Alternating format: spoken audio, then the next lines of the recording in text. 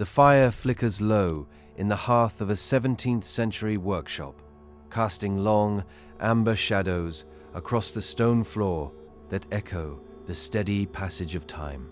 Here, in the quiet hours before the dawn breaks, the air is thick with the comforting scent of wood smoke and the low, resonant hum of the furnace. It is a sanctuary where the world slows down, governed not by the frantic ticking of a modern clock, but by the molten rhythm of liquid sand and steady hands. Within the belly of the stone kiln, a transformation occurs that feels like ancient alchemy, turning gritty earth into something clear and ethereal. Silica, common river sand, is being purged of every impurity by the relentless, white-hot embrace of the furnace flames until it flows like liquid gold. This glowing substance demands total focus and a quiet mind, forcing the craftsman to abandon the worries of the outside world in favor of the heat. The glory hole of the furnace roars with a soft, constant vibration, a low-frequency sound that acts as a heavy anchor for the room's still atmosphere. You watch as the iron blowpipe, cold and heavy at the handle, is thrust into the white-hot center of the kiln to meet the glass. There is a primal satisfaction in the way the metal finds the molten mass, ready to begin a journey of delicate transformation. When the pipe is eventually withdrawn, it carries a gather, a glowing, viscous globule of molten glass that clings to the iron tip like thick, radiant syrup. It wobbles slightly, sensitive to the pull of gravity, requiring the glassmaker to rotate the pipe with a steady, rhythmic motion that never falters. This rotation is the heartbeat of the entire workshop, a continuous turning that prevents the liquid glass from drooping or losing its center. The repetitive movement of the pipe is deeply hypnotic, a circular dance that mirrors the cycles of nature and the steady rotation of the stars above. The artisan moves toward the marva, a flat slab of polished stone where the glass is rolled to begin its first stage of external shaping. The sound of the hot glass meeting the cool stone surface is a faint, rhythmic hiss that whispers through the silence of the workshop.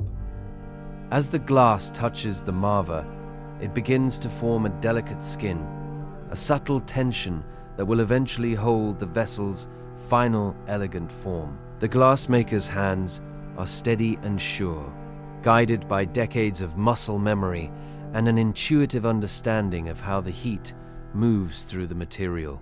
There is no haste in these movements, only the patient application of pressure and the quiet observation of the cooling surface. Now comes the first breath, a gentle puff of air sent down the long hollow chamber of the iron blowpipe toward the molten gather. It is not a forceful or sudden blow, but a soft, controlled release of lung capacity that creates a tiny, perfect bubble within the core.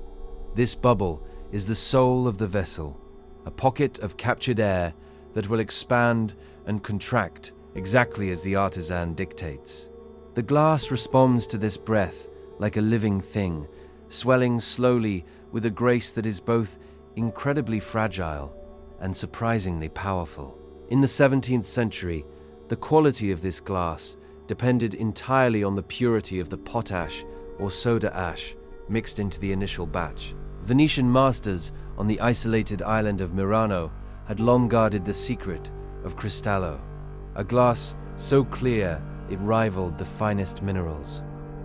As we travel through this era, the secrets of the forest glassmakers begin to spread across borders, moving into the hearts of new cities and workshops. Each region adds its own unique character to the glass, influenced by the local minerals, the type of wood used for fuel, and the temperament of the people. In England, a significant transition toward lead glass is beginning to take root, creating a heavier and more brilliant substance.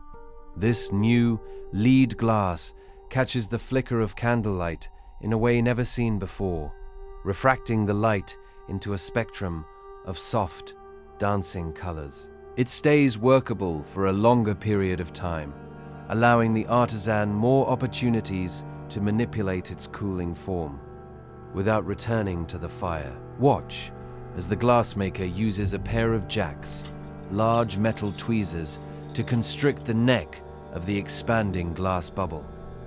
The wood of the workshop tools chairs slightly against the intense heat of the piece, releasing a thin wisp of sweet, smoky incense into the air. The pressure applied by the tools is delicate. Too much, and the glass will shatter into 1,000 shards, while too little will cause it to lose its symmetry.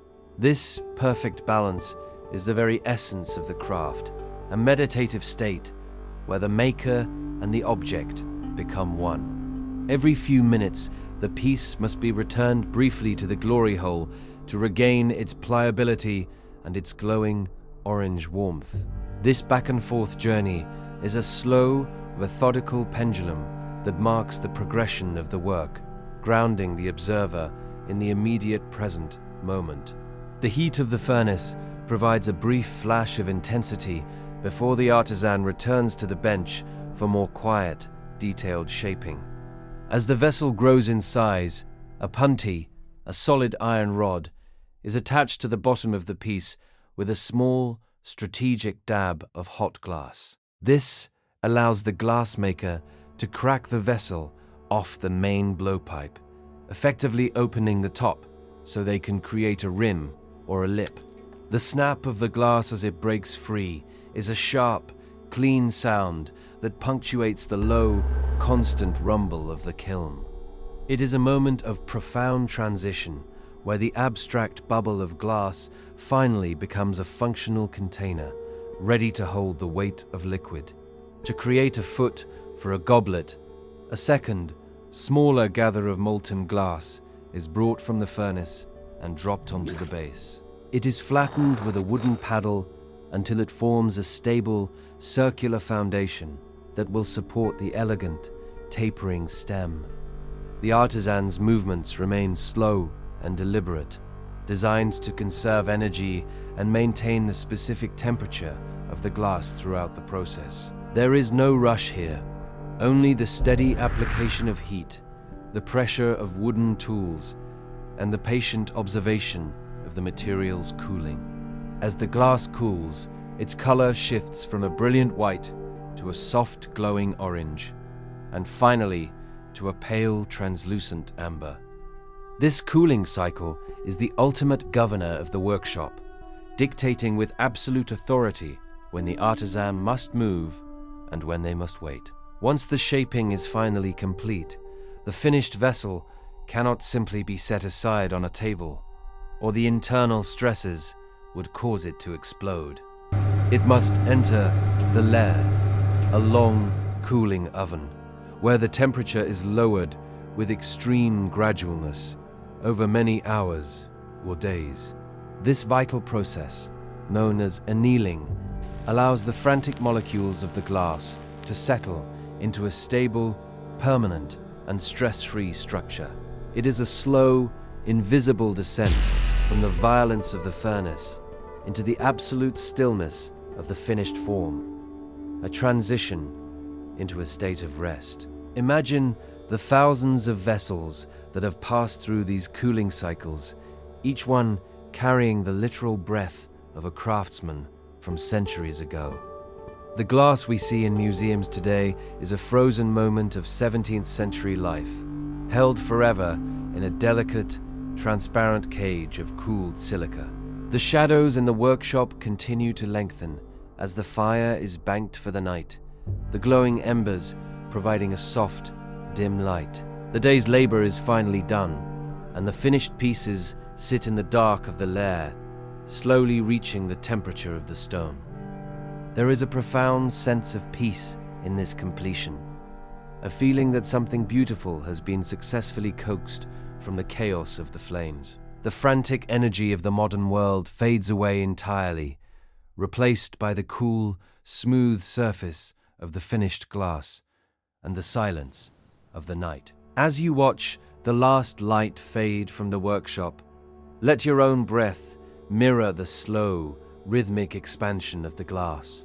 Your mind is becoming clear and still, like the surface of a polished mirror, reflecting nothing but the quiet, enduring beauty of the past. The 17th century was a time of discovery and refinement, where the limits of material science were tested every day by the skill of the hand. In every curve of a wine glass or the swell of a decanter, we find a lasting testament to patience and the value of work. This craftsmanship required a specific kind of presence, a focus so narrow and deep that the rest of the world ceased to exist for a time. In the heat of the forge, the artisan found a true sanctuary, a place where the only thing that mattered was the steady flow of the silica. You can feel that same sanctuary now, a safe space where the pressures of the modern day simply cannot reach or affect you. The furnace has cooled, the glass is set in its final shape, and the workshop is silent, save for the soft sigh of the wind. Rest now in the knowledge that some things, though they appear fragile, are built with the strength and intention to endure through the ages. The light of the 17th century remains with us, captured in the clarity of the vessels that once graced the tables of the past.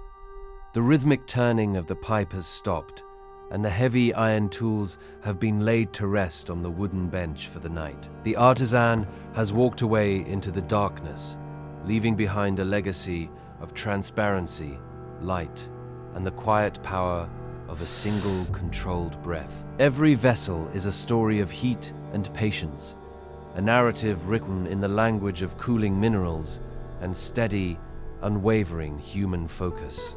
As you drift deeper into the stillness, the image of the glowing furnace becomes a distant, warm memory that provides a sense of security. The cooling glass is a metaphor for your own mind, settling into a state of equilibrium and peace as the day comes to an end.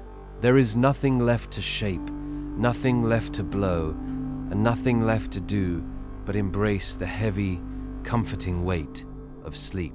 The world of the 17th century is a quiet place now, preserved in the stillness of the objects it created with such care. Let the rhythmic memory of the glassmaker's breath guide you into a deep and restorative rest, free from the noise of the present. The journey through the fire is over, and the clarity of the glass is all that remains in the soft, velvet darkness of the night. Discover more history by watching the next video. We're eager to share more with you. You can't go wrong. All our videos are deeply detailed, dull while fascinating, and distinctly sleep-inducing.